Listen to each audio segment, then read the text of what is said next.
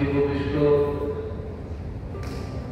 আমাদের পরম পূজ্য জগন্নাথ দাস প্রভুজি, ভারত সেবাশ্রম সংঘের বিভিন্ন শাখা থেকে আগত সন্ন্যাসীবৃন্দ, আমাদের পরম আদরণীয় লক্ষ্মণজি, আমাদের পরম আদরণীয় অনুদা, আমাদের পরম পূজ্য সত্যপ্রকাশানন্দজি মহারাজ এবং উপস্থিত বিভিন্ন পরম্পরা থেকে এসেছেন সেই সমস্ত সন্ত মণ্ডলীর শ্রীচরণের ধন্যবাদ প্রণাম প্রদান করছি।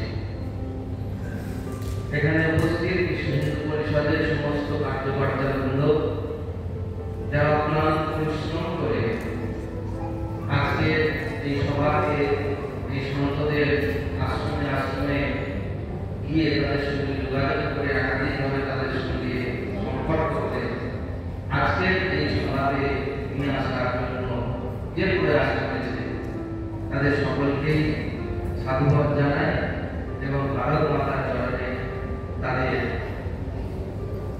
সাফল্য কামনা করি। আজকের বিশ্ব হিন্দু পরিষদের সবাই শুনেছেন যে প্রতি বছরই আমাদের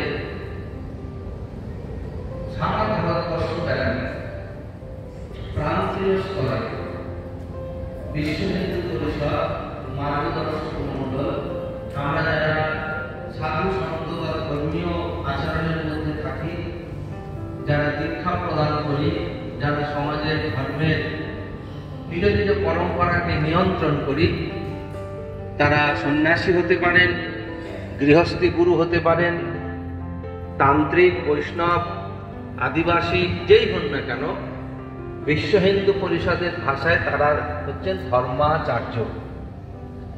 আর এই ধর্মাচার্যদের নিয়ে প্রত্যেক প্রান্তে ভারতবর্ষের কোনায় কোনায় সংগঠিত হচ্ছে আমাদের এই প্রান্তীয় মার্গদর্শক মণ্ডলীর সভা।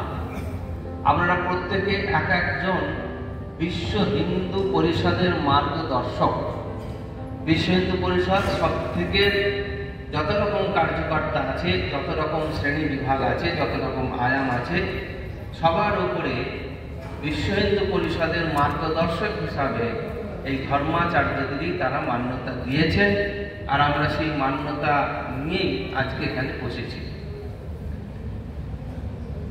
দেশের নানা রকম সমস্যা, সনাতন ধর্মের মানবেতর সমস্যা, আমাদের এগিয়ে চলার পথের সমস্যা,